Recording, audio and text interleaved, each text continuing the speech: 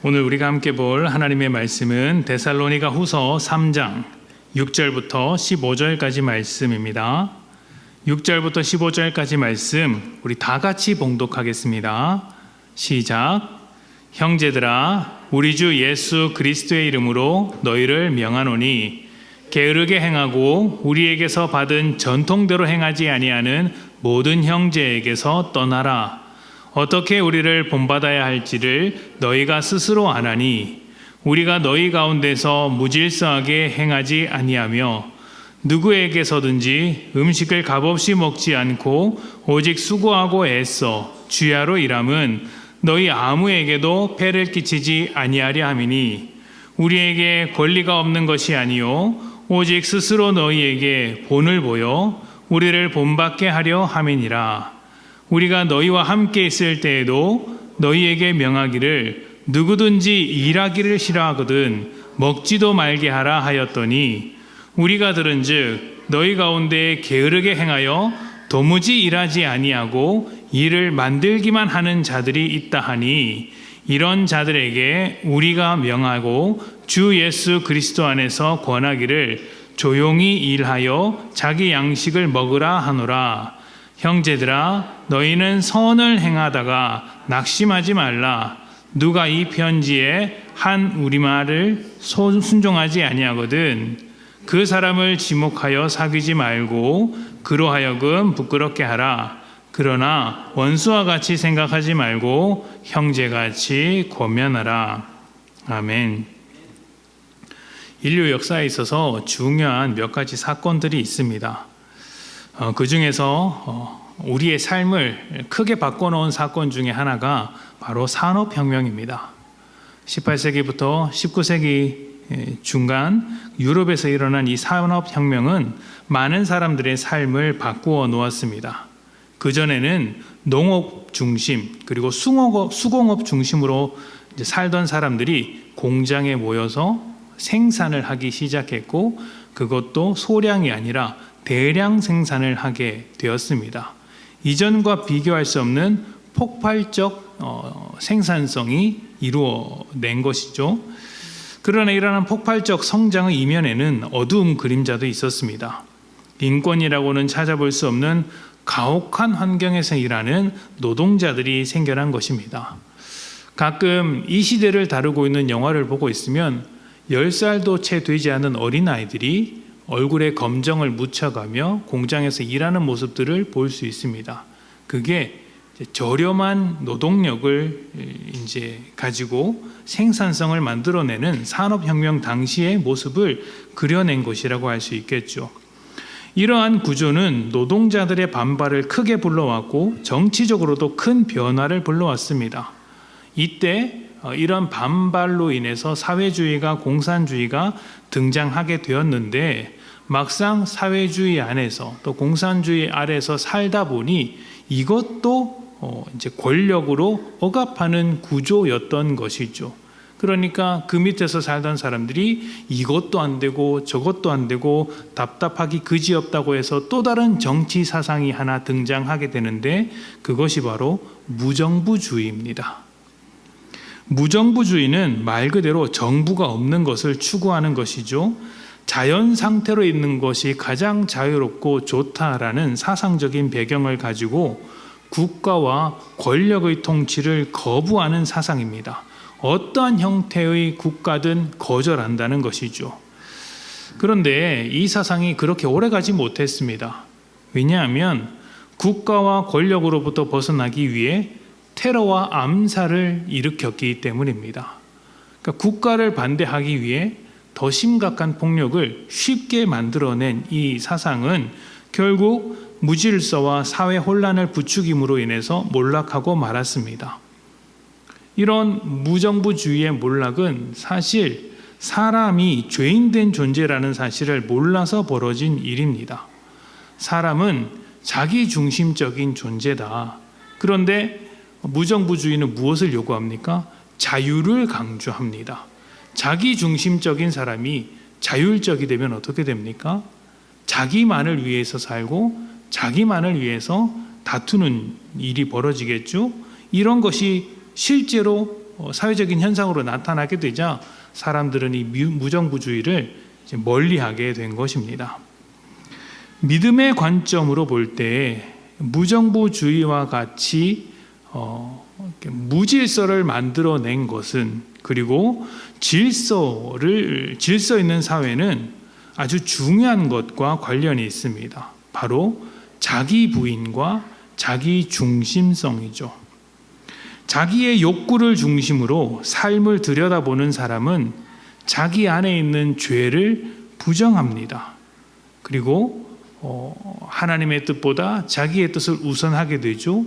이것이 그럴듯해 보이나 결국에는 무질서를 만들어냅니다. 반대로 자신을 부인하고 하나님의 뜻을 구하는 사람은 어떻게 될까요? 질서를 만들어내는 것이죠. 그래서 자기를 부인하는 사람과 자기 중심으로 살아가는 삶은 질적으로 다른 삶을 살아갈 수밖에 없고, 그 삶, 질적으로 다른 삶이 질서로 나타난다는 것을 오늘 말씀을 통해서도 살펴볼 수 있는 것입니다. 오늘 말씀을 통해 과연 우리 삶에 필요한 질서, 하나님께서 원하시는 질서가 무엇인지, 또 자기 중심적 무질서에서 벗어나 하나님의 질서 안에서 살아가는 삶이란 무엇인지 우리 살펴보도록 하겠습니다. 우리 말씀을 한 번 더 보겠습니다. 6절입니다.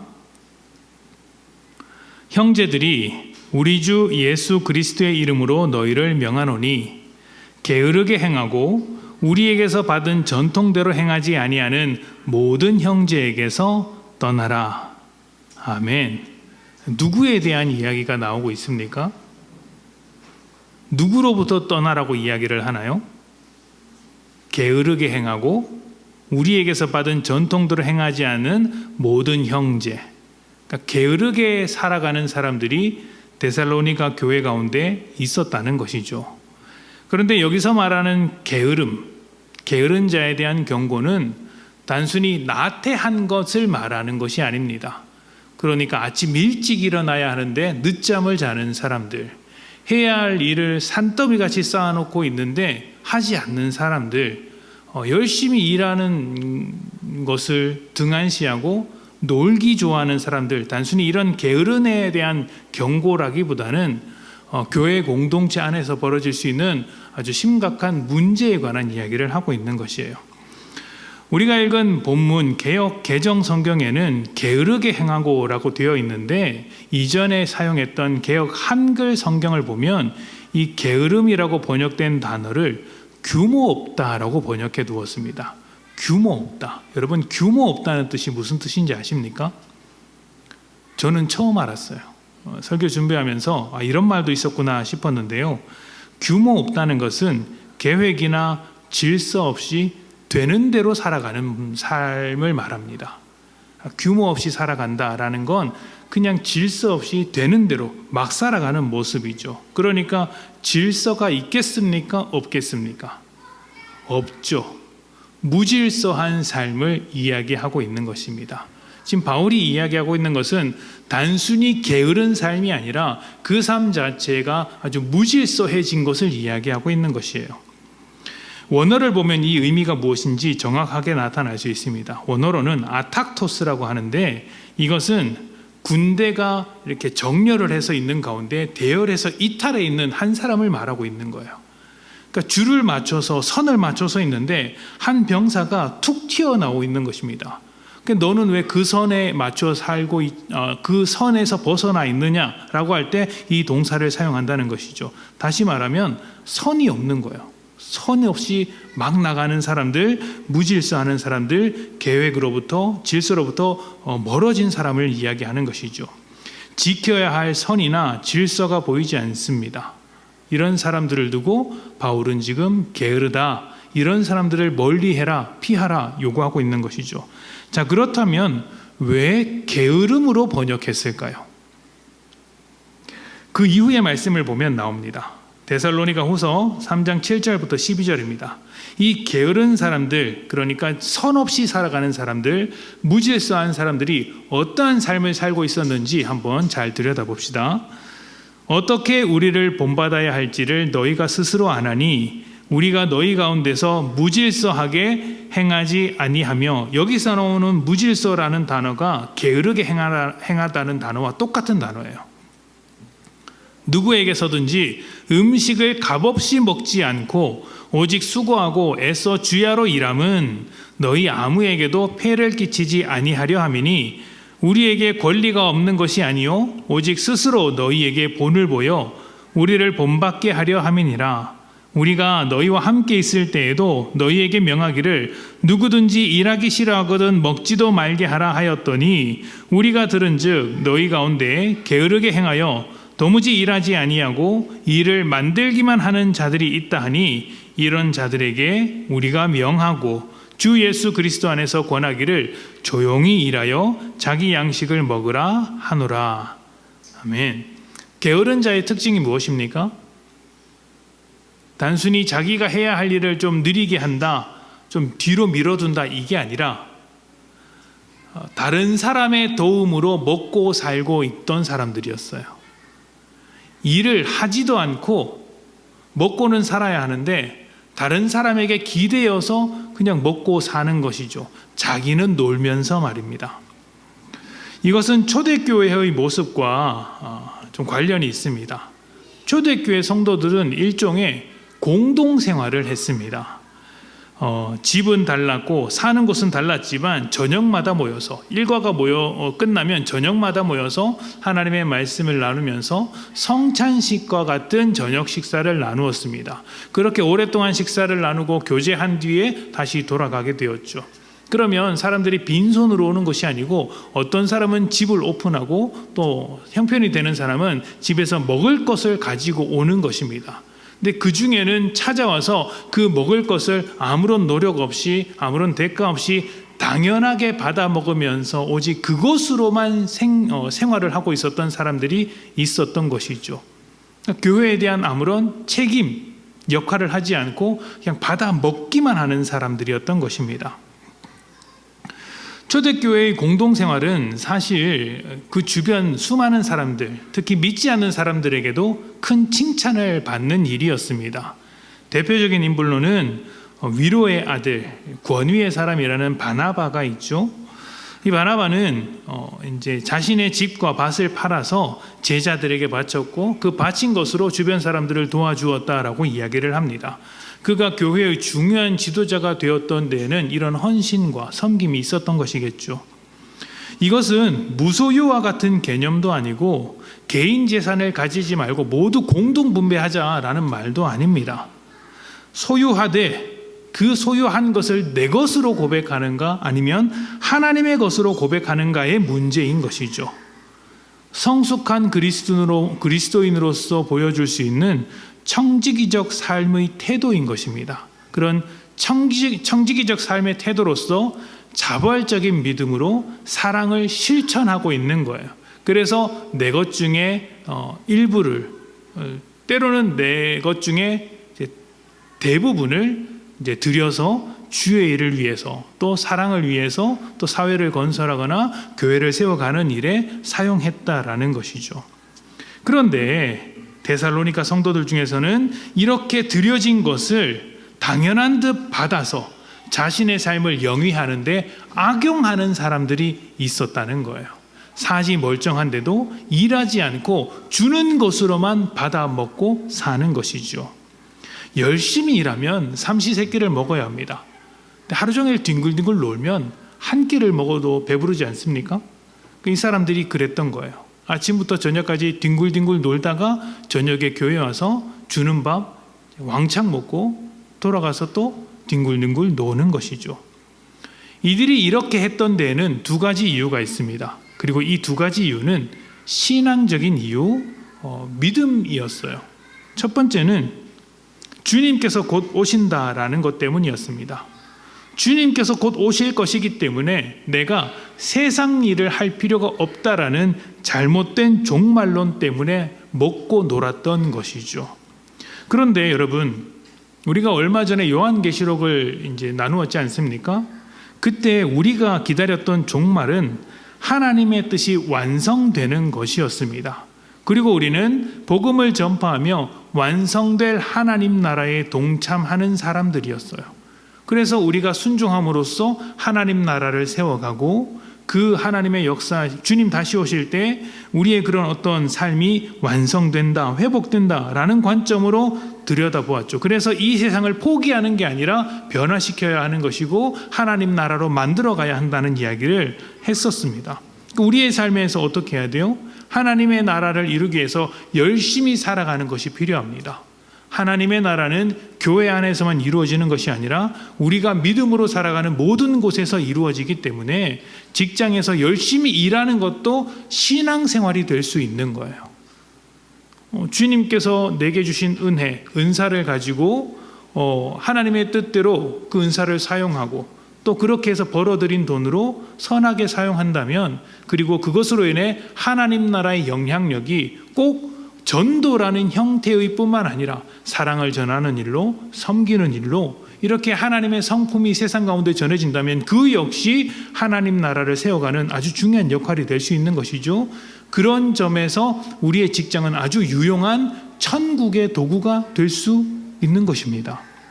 그런데 이 사람들은 어떻게 생각하냐면, 그렇게 일을 하는 건 어차피 이 세상 끝날 것이기 때문에 아무런 의미가 없어. 다 버리고 천국 갈 것이기 때문에 지금 이 땅에서 내 마음대로 살래. 일종의 쾌락주의자처럼, 일종의 금욕주의자처럼 그렇게 세상을 버리면서 살아가고 있는 것이죠. 버리고 살았으면 그냥 배고프게 살던가, 그렇게 살다가 굶어 죽던가 해야 될 텐데 굶어 죽기는 싫었나 보죠. 그래서 배고프면 교회에 와서 주는 밥 얻어먹고 하루 종일 놀고 그렇게 인생을 낭비하는 삶을 살았던 것입니다. 근데 두 번째 이유는 더 심각한 것이었어요. 무엇이냐면, 교회는 가족이고 한 몸이기 때문에 사랑과 도움을 주고받아야 한다라는 것이었습니다. 이게 무슨 말이냐면, 내가 일을 하지 않고 너에게 음식을 받아 먹음으로써 네가 나를 사랑할 수 있는 기회를 주는 것이다 라는 말 같지도 않은 소리를 했습니다. 궤변이죠. 근데 이런 이야기를 하면서 이제 자신의 그런 이제 어리석은 삶을 정당화시켜 놓고 있는 것입니다. 그렇다면 이들은 왜 이렇게 궤변에 가까운 주장을 하면서까지 살고 있을까요? 다른 성도들과 똑같이 바울로부터 하나님의 말씀을 배운 사람들 아닙니까? 이들이 예수 그리스도를 믿지 않았다고 말하기에도 좀 어렵고 하나님의 말씀을 배우지 않았다고 말하기에도 좀 어렵습니다. 아마 건강하게 살고 있는 데살로니가 성도들과 마찬가지로 똑같이 하나님의 말씀을 듣고 예수를 고백했던 사람이었을 것입니다. 그래서 이 말씀 밑에 보면 이들을 원수처럼 대하지 말고 그래도 품 안에서는 데리고 있으라 이렇게 말을 하고 있거든요. 그럼 이들은 똑같은 말씀을 듣고 왜 이렇게 반응했을까요? 자기 욕구, 자기 욕망, 자기 중심으로서 하나님의 말씀을 왜곡했던 것입니다. 내가 필요한 부분, 그것만 쏙 빼서 하나님의 진짜 의도를 왜곡하고 비틀어서 내 마음대로 사용하고 있는 것이죠. 그런데 교회가 한 가족, 한 몸이라는 것은 사실 내가 믿음으로 성장해야 할 이유입니다. 그러니까 교회가 한 몸 공동체, 한 가족 공동체라고 할 때 그것은 내 믿음이 성장해서 내가 무언가를 해야 할 이유이기 때문에 그렇게 설명해 주고 있는 거예요. 에베소서 4장 12절부터 16절입니다. 한 몸으로 부르신 이유가 무엇인지 정확하게 설명하는 말씀이 이것입니다.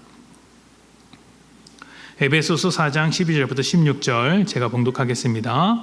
이는 성도를 온전하게 하여 봉사의 일을 하게 하며 그리스도의 몸을 세우려 하심이라. 우리가 다 하나님의 아들을 믿는 것과 아는 일에 하나가 되어 온전한 사람을 이루어 그리스도의 장성한 분량이 충만한 데까지 이르리니, 이는 그러니까 우리가 지금 하나가 되어서 온전한 한 사람을 이루고 있는 것, 한 몸 공동체를 이루고 있는 것은 무엇 때문이냐? 14절입니다. 우리가 이제부터 어린아이가 되지 아니하여 사람의 속임수와 간사한 유혹에 빠져 온갖 교훈의 풍조에 밀려 요동하지 않게 하려 함이라. 오직 사랑 안에서 참된 것을 하여 범사에 그에게까지 자랄지라. 그는 머리니 곧 그리스도라. 그에게서 온 몸이 각 마디를 통하여 도움을 받음으로 연결되고 결합되어 각 지체의 분량대로 역사하여 그 몸을 자라게 하며 사랑 안에서 스스로 세우느니라. 아멘. 마지막 16절에 보면 이렇게 이야기합니다. 그는 우리의 머리다. 누구? 그리스도. 그가 우리의 머리 대신 그리스도다라고 하면서 그로부터 온 몸이 각 마디를 통하여서 도움을 받음으로 연결되었다라고 이야기를 합니다. 그러니까 우리가 지금 연결되어 있는 이유가 무엇이죠? 각 지체로서 연결되어 있는 이유가 예수를 통하여서 흘러간 그 도움, 은혜가 나를 통해 흘러가 또 다른 사람들을 돕기 위해서라고 이야기합니다. 이것을 위해서 우리가 예수의 분량만큼 자라가야 하고 예수의 성품을 닮아가야 하며 주님의 그 성품, 주님의 그 은혜를 따라가는 삶을 살아가야 한다는 것이죠. 그렇게 될 때 사랑 안에서 한 몸 공동체가 건강하게 스스로 설 수 있다. 건강한 한 사람으로 자라갈 수 있다는 것입니다. 그러니까 우리가 왜 하나 되었습니까? 예수의 은혜를 흘러보내기 위해서, 돕기 위해서, 섬기기 위해서, 복음으로써 더 자라나게 하기 위해서 그렇게 하나로 연결되었다라고 이야기하고 있는 거예요. 성도가 온전하게 되는 것, 성장하는 것은 12절에 본 바대로 봉사의 일을 하게 하는 것이었습니다. 사랑과 섬김의 실천을 말하는 것이죠. 봉사를 받기 위해서가 아니라 봉사를 하기 위해서 너희는 한 몸이 되었다라고 소개하고 있는 거예요. 이것은 일종의 책임감을 가지라는 것과 같습니다. 우리가 주일에 그런 이야기를 나누었죠.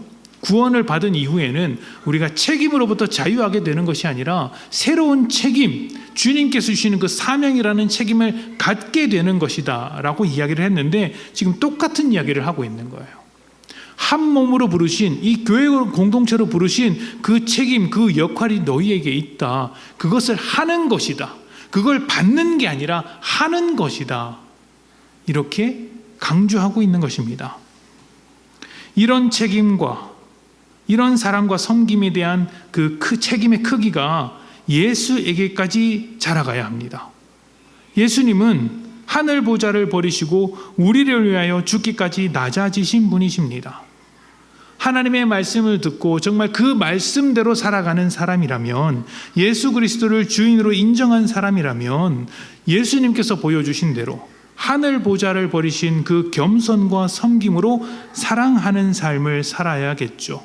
그게 한 몸 된 이유라는 것입니다. 그런데 게으른 자들은 어떻게 이야기하고 있습니까? 그런 사랑을 요구만 하고 있는 거예요. 사랑을 하지 않고 받기를 원하는 것이죠. 교회에 와서 밥은 잘 먹는데 밥 할 생각은 안 하는 겁니다. 얼마나 꼴보기가 싫습니까? 그런데 그게 미안하다고 생각하고 고맙다라는 마음을 가지면 되는데 그게 당연하다고 생각하면서 뻔뻔하게 앉아 있으니 바울이 뭐라고 이야기하냐면 밥만 축내지 마라, 게으르지 마라 이야기를 하고 있는 거예요. 주일에 말씀을 잘 듣고 나서 집에 돌아가면 자기가 필요한 부분만 쏙쏙 뽑아서 사용하시는 분들이 없지 않아 있습니다. 말씀을 들을 때도 자기가 듣고 싶은 부분만 듣죠. 그래서 위로가 되는 말씀을 들을 때는 아멘 하지만 불편한 말씀을 들으면 어떻게 합니까? 노멘 합니다. 노. 목사님 그거 안 들립니다. 제 마음에 들지 않습니다. 이렇게 이야기를 하죠. 특히 부부간에, 가족끼리, 또 교회 안에서 직분자들끼리 다툼이 일어나게 되었을 때 항상 하는 이야기, 항상은 아니겠지만 종종 들리는 이야기가 있습니다. 지난주에 설교 못 들었어? 라고 하면서 그 설교 내용의 일부분을 가지고 다다다다 상대방을 공격하는 것이죠. 그런 소식이 저의 귀에 들리면 제가 좀 억울합니다. 왜냐하면 저는 단 한 번도 상대방을 공격하라고 가르친 적이 없거든요. 저주라고 합니다. 지라고 합니다. 예수님께서 우리를 위해 십자가에 달려 죽으셨듯이 우리가 찌르는 그 창에 찔리셨듯이 우리도 그냥 찔리는 것이 믿음의 길이라고 소개를 합니다. 그런데 똑같은 말씀을 듣고도 누군가는 그 말씀으로 다른 사람을 찌릅니다. 이기려고 하고 비난하기 위해서 설교를 가져다 씁니다. 제가 억울해요. 가끔은 우리 교회는 아니지만 성도님들 중에 시시비비를 가르치기 위해서 꼭 목사의 이름을 불러서 데리고 오는 사람들이 있습니다. 목사님 이리 좀 와보십시오. 우리 이런 문제가 생겼는데 어떻게 해야 합니까? 그러면 목사된 입장에서 뭐라고 대답하겠습니까? 집사님이 옳습니다. 장로님이 옳습니다. 이렇게 말할 수 없죠. 저는 이렇게 이야기를 합니다. 그래서 누가 더 잘할 겁니까? 누가 더 예수를 닮을 겁니까? 누가 더 십자가를 지겠습니까? 라고 하면 뭐라고 이야기할까요? 목사님 제가 잘못했습니다. 회개합니다. 거룩하게 살겠습니다가 아니고 대부분 그런 쓸데없는 얘기 하지 말고 지금 누가 맞는지 좀 결정을 내려달라고 이야기를 합니다. 그러면 제 마음이 어떨까요? 속상합니다. 물론 우리 교회에서 일어난 일이 아닙니다. 절대로 아닙니다. 옆에 눈치 보면서 당신 아니야? 집사님 아니야? 이렇게 하실 필요 없어요. 그게 설교를 왜곡하는 거예요. 왜 이런 일이 일어날까요? 똑같은 말씀을 듣고도 왜 비난할까요? 하나님 중심이 아니라 자기 중심이기 때문이죠. 하나님 중심이라면 다툴 때마다 갈등하고 다툴 수 있죠. 그러면 그렇게 다투는 나의 모습을 봤을 때 괴로워해야 돼요. 내가 이렇게 사랑 없는 존재이구나. 내가 이렇게 겸손하지 못하는 사람이구나. 내가 이렇게 교만하구나. 내가 이렇게 주님을 닮지 못했구나라고 하면서 괴로워해야 합니다. 그리고 비난하기보다 회개부터 해야 하죠. 그런데 우리는 원망부터 합니다.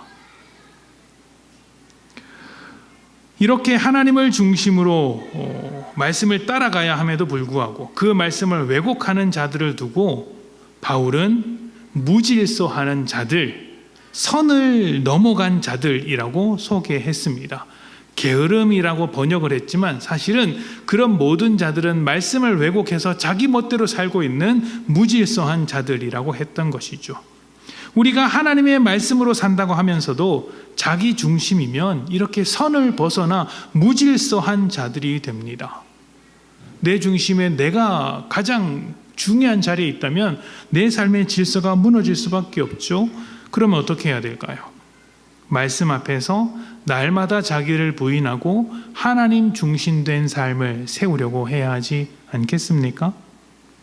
질서는 내가 중심을 차지하고 있을 때는 절대 만들어낼 수 없는 것입니다. 내 마음대로 하고 싶거든요. 우리가 질서가 깨어지는 순간들을 한번 생각해 보십시오. 다 자기 중심적인 모습들입니다. 어떤 공연을 보기 위해서 아니면 영화를 보기 위해서 줄을 길게 서 있는데 어떤 한 사람이 새치기를 합니다. 질서가 무너지는 순간이죠. 그 한 사람이 새치기를 했더니 뒤에서 새치기 안에 나도 들어가자 하면서 줄 서 있던 사람만 바보가 되고 우르르르 복잡하고 무질서가 일어납니다. 왜 새치기를 했을까요? 무질서가 새치기로 인해서 시작되지 않았습니까? 왜 새치기를 했을까요? 자기 중심 때문이 아닙니까? 자기가 중심이었기 때문에 그런 일이 벌어지는 것이죠. 그런 일들은 다양합니다. 신호 위반이라든지 끼워들기라든지 우리 삶에서 벌어지는 거의 모든 무질서는 자기 중심적인 사고방식에서부터 시작이 되는 거예요. 우리가 처음 이야기했던 무정부주의도 사실은 자기 중심이기 때문에 벌어지는 것입니다. 자기 중심은 결국 무질서를 불러올 수밖에 없습니다. 양보하지 않기 때문이죠. 성경은 우리에게 있어서 자기 중심으로 살지 말고 자기를 부인하여 하나님 중심으로 살라고 합니다. 이것은 우리의 삶에 무너진 질서, 가정과 교회와 우리의 삶, 세상 가운데 무너진 하나님의 중심의 질서를 세우라고 요구하는 것과 같습니다. 그렇다면 우리가 이 세상 가운데 그리고 가정과 교회 가운데 나의 삶 가운데 세워야 할 하나님의 질서는 무엇이 있을까요? 저는 두 가지를 소개해드리고 싶어요.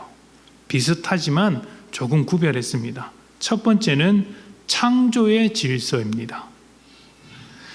일을 전혀 하지 않았던 게으른 자들은 사실 창조 때 하나님께서 요구하셨던 그 말씀, 하나님의 명령을 무시하고 있는 것이었습니다.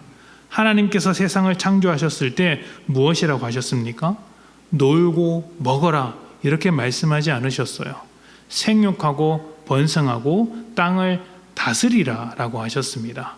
뿐만 아니라 땅을 경작하고 지키라고도 하셨습니다. 다시 말하면 일하라는 것이었어요. 물론 지금 우리가 세상에서 하는 일 중에는 너무 괴로운 일들이 많습니다. 근데 이것은 일의 문제가 아니라 죄의 문제예요. 하나님께서 주신 그 은혜의 일들이 죄가 가득한 세상이 되면서 이 일 자체가 괴롭게 된 것이에요. 하나님께서 세상을 창조하신 것이 하나님의 일이었고 우리는 창조된 세상 안에서 우리의 일을 하면서 하나님의 창조에 동참하게 됩니다. 우리의 일이 하나님 창조 사역의 일부분이라는 것입니다. 그래서 사실은 우리가 일할 때 하나님의 기쁨을 함께 누릴 수 있어야 합니다. 그 일을 회복하는 것이죠. 그런데 이 게으른 자들은 일을 거절함으로써 하나님의 창조 질서 역시 거절하고 말았습니다. 창조 질서를 지키는 삶이란 처음 하나님께서 우리에게 주셨던 그 명령, 그리고 하나님께서 보시기에 좋았다라고 하셨던 그 모습을 지키면서 살아가는 삶을 말합니다. 죄로 인해 무너졌다면 다시 한번 회복하는 것이죠. 하나님과의 관계도 회복하고 하나님의 성품도 회복하고 하나님의 뜻을 중심으로 하면서 삶을 세워갈 때 창조 질서가 바로 선 삶이라고 할 수 있습니다. 우리가 살아가는 이 세상은 창조 질서가 많이 무너진 세상이 되었죠. 다양한 면에서 그렇습니다. 전통적인 의미에서 수많은 가치들이 무너진 것은 창조 질서를 부정하고 있기 때문입니다. 이것은 단순히 주일에도 살짝 말씀을 드렸지만 남자, 여자 이런 문제가 아니라 우리가 가지고 있는 모든 가치, 하나님으로부터 나오는 모든 가치를 외면하고 있기 때문에 벌어진 일입니다. 그때 하나님께서 요구하시는 것이죠. 너희만큼이라도 창조 질서를 지키면서 살아가라. 여러분의 삶에 이 창조 질서가 바로 서기를 축복합니다. 두 번째는 복음의 질서입니다. 복음의 질서는 곧 하나님 나라의 질서라고 할 수 있죠.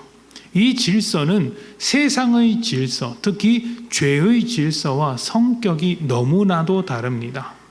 제가 너무 자주 드리는 말씀이라 또 한 번 드리기가 좀 민망하긴 한데 그래도 가장 쉬운 것이 이 말씀인 것 같아요.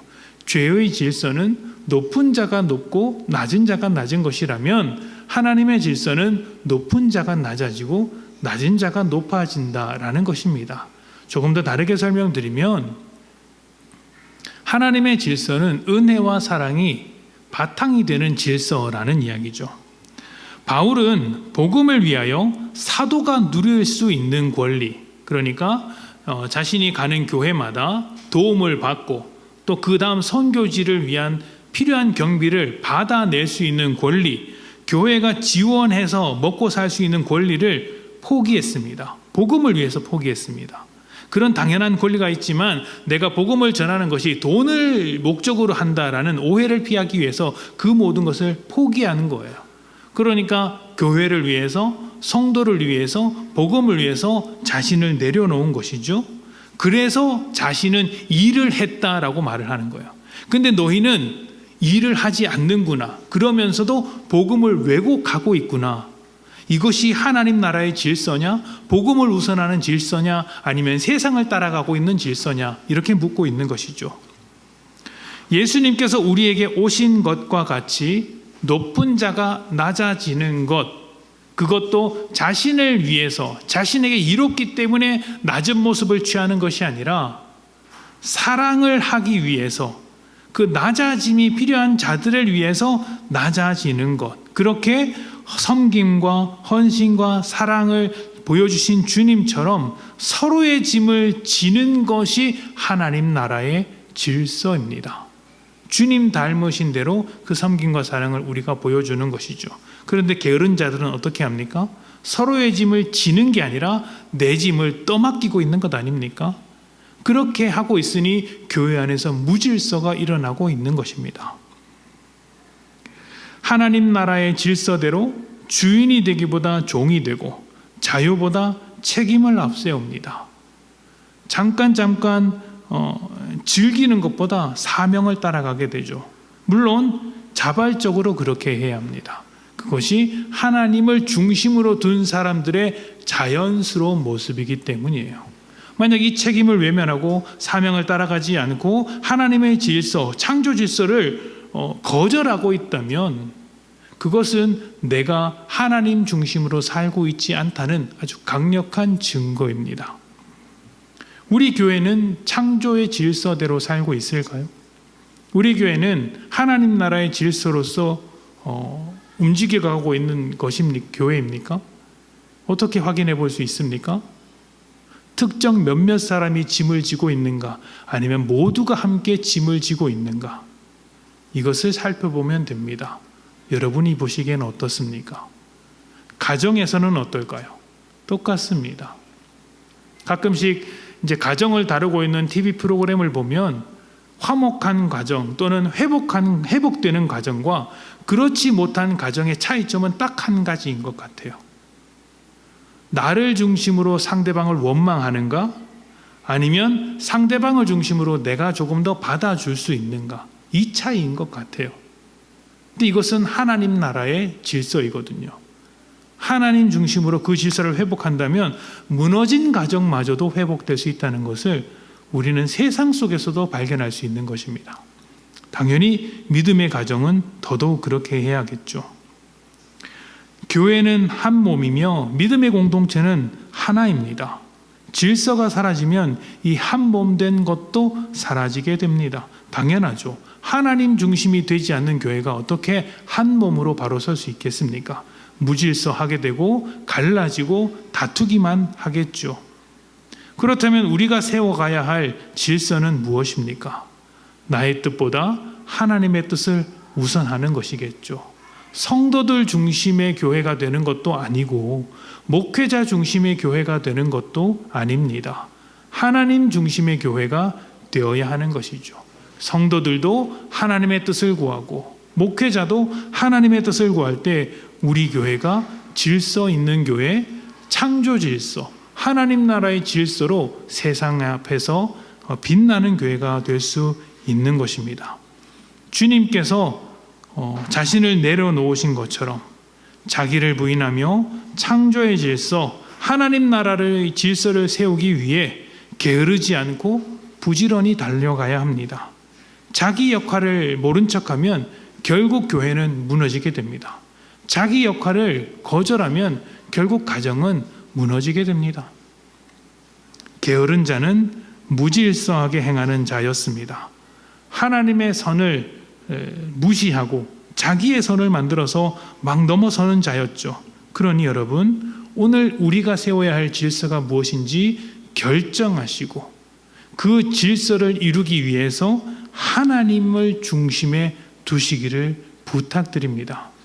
하나님께서 세우신 그 질서가 우리의 가정, 우리의 교회, 우리가 살아가는 모든 삶과 세상 안에 들어올 수 있도록 하나님을 떠나지 않고 자기를 부인하고 겸손함으로 살아가시기를 축복합니다.